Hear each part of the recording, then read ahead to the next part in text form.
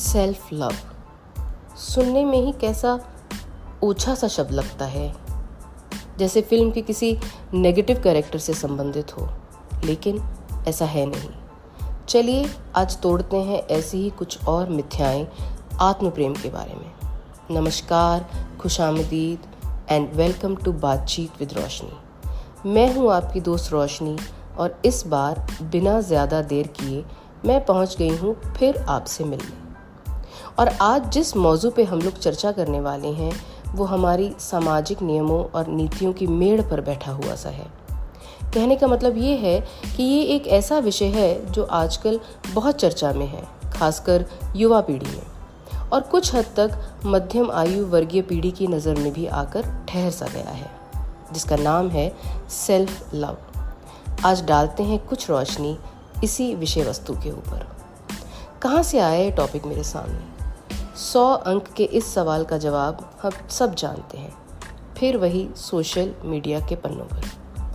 एक बड़े ही मशहूर पॉडकास्टर हैं, उनको मैंने एक विदुषी से बात करते हुए सुना, जो कि भागवत गीता के माध्यम से उल्लेख करती हैं कि गीता में ये दर्ज है कि किसी भी व्यक्ति को खुद को नीचे नहीं गिराना चाहिए। अपनी नज़रों में आपको खुद का अपमान नहीं करना चाहिए। अगर आपसे कुछ ऐसे कार्य हुए हैं या ऐसे डिसीजन आपने लिए हैं जो कि बहुत सार्थक या सफल नहीं हुए, तो खुद को इस पर पीटिए मत। अपनी सेल्फ वर्थ मतलब आत्म मूल्य को घटाए नहीं। खुद से प्यार करें और अपने आप को माफ़ करने की क्षमता रखें। Practice self love.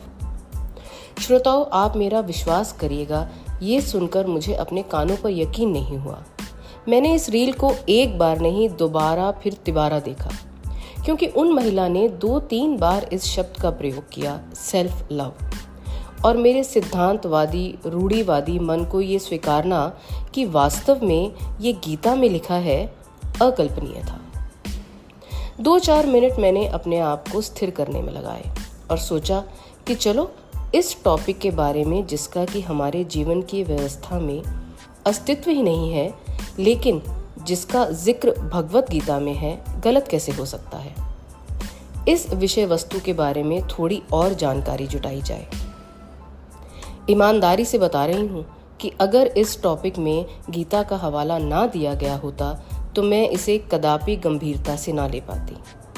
तो शुरुआत में ही इस बात को क्लियर कर लेते हैं कि सेल्फ लव और सेल्फिश ये 2 अलग चरित्र विशेषताएं हैं। खुद से प्रेम होना और खुदगर्ज होना एक ही बात नहीं है, और ये मुझे भी इस टॉपिक की रिसर्च के दौरान ही पता चला। सुनने में कैसा निम्न सा लगता है ना, जैसे स्वार्थी शब्द का पर्यायवाची हो या फिर कोई नैतिक दोष। मेरी सबसे बड़ी प्रॉब्लम यही थी इस विषय के साथ कि मैं इस अंतर को समझ नहीं पाई, और यही थी मेरी भूल। इससे मुझे याद आता है एक किस्सा। बहुत साल पहले मॉल में घूमते हुए एक मार्केटिंग कैंपेन स्टॉल से एक युवती ने मुझे पूछा कि मैम, आपके लिए सबसे ज़्यादा अहमियत क्या रखता है? तो मेरे मुंह से वही उत्तर निकला जो अमूमन किसी भी औरत के मुंह से निकलता, मेरा परिवार। तो इस पर उस युवती ने मुझे कहा कि तो अपने परिवार के बारे में सबसे ज़्यादा ज़रूरी क्या है? मैंने भी कहा, उनकी हेल्थ। यह सुनते ही वे मुस्कुराई, क्योंकि शायद इन्हीं शब्दों की वो अपेक्षा कर रही थी, और बोली, लेकिन साइंस तो कुछ और कहता है। अगर आप मुड़ जाएं तो वह जवाब आपको दिखेगा। मैं भी उत्सुकता में थी, एकदम घूम गई और देखा कि एक फुल लेंथ मिरर में मेरा ही प्रतिबिंब था। बस छूटते ही वो बोली, आपके परिवार की खैरियत के लिए सबसे पहले आती है आपकी सेहत और आप खुद। ये मार्केटिंग कैंपेन था बॉर्नविटा फॉर विमेन का।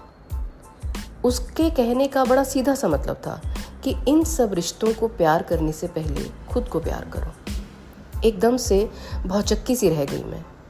पहले तो इतने बड़े आईने में खुद को देखकर और उस पर यह सुनकर कि परिवार से पहले खुद को रखना, ये कैसे हो सकता है। इतनी स्तब्ध रह गई कि उस युवती की बात पूरी हुए बिना ही चल दी। ये पूरा कॉन्सेप्ट ही बड़ा अटपटा, बड़ा प्रतिकूल सा लगा। अपने बारे में कैसे सोचें सबसे पहले, ये भला क्या बात हुई। तो अब आप समझ ही गए होंगे कि हमारी पीढ़ी के लिए ये सेल्फ लव कितना एलियन कॉन्सेप्ट है। फिर भी जिज्ञासावश कुछ इन्फॉर्मेशन जुटाने लगी और एक बार फिर दरवाज़ा खटखटा दिया गूगल बाबा का।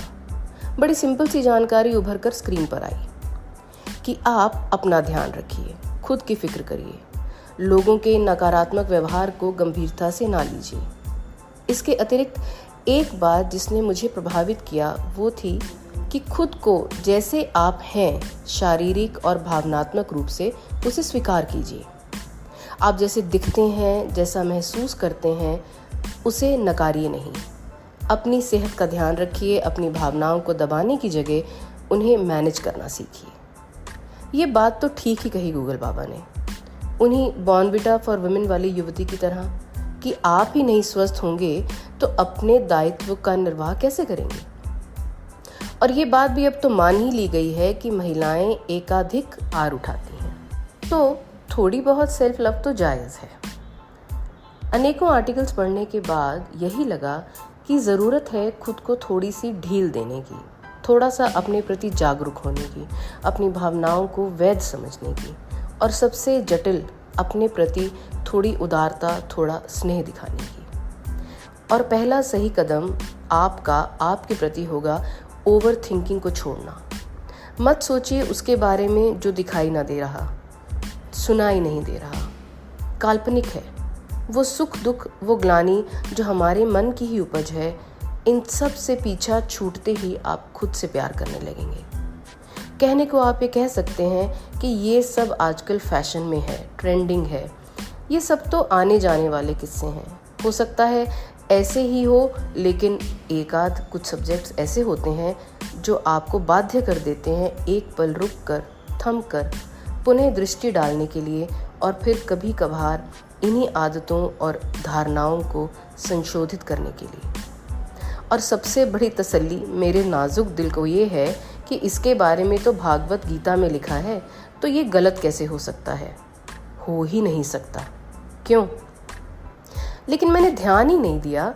आजकल कुछ कार्य मेरी रोज़ाना ज़िंदगी में ऐसे हैं जो सेल्फ लव की कैटेगरी में ही आते हैं। जैसे आप अपने समय से सोना और जगना, कहीं आने जाने का मन ना माने तो मना कर देना, कुछ not so special phone calls को अनदेखा कर देना, इत्यादि इत्यादि। आप भी मेरे मित्रों नन्हे नन्हे कदम उठाइए और खुद से इश्क कर बैठिए। ये एक अदना विषय ही है जो कहता है, एक नज़र खुद पे भी डाल मेरे दोस्त, इश्क का जाम खुद को भी पिला मेरे दोस्त। भर भर के छलकाया ये अपनों और गैरों के लिए, एक आधी बूंद अपनी रूह तक भी ले जा मेरे दोस्त। आज के लिए बस इतना ही। अब समय है आपसे विदा लेने का। मिलती हूँ शीघ्र ही बातचीत विद रोशनी के ज़रिए से। तब तक जुड़े रहिए। और हमसे जुड़े रहने के लिए आपको क्या करना होगा, आप जिस भी प्लेटफॉर्म पे हमें सुन रहे हैं उस प्लेटफॉर्म पर हमें लाइक और सब्सक्राइब या फॉलो करना ना भूलें। और एक और ज़रूरी छोटी सी बात, अगर आपने जो समय मेरे साथ बिताया वो सुखद था, तो उस अनुभूति को आप जिनसे प्यार करते हैं उनसे शेयर करना ना भूलें। तो एक हल्का सा प्रेस कर दें आप शेयर के बटन पर। शुक्रिया।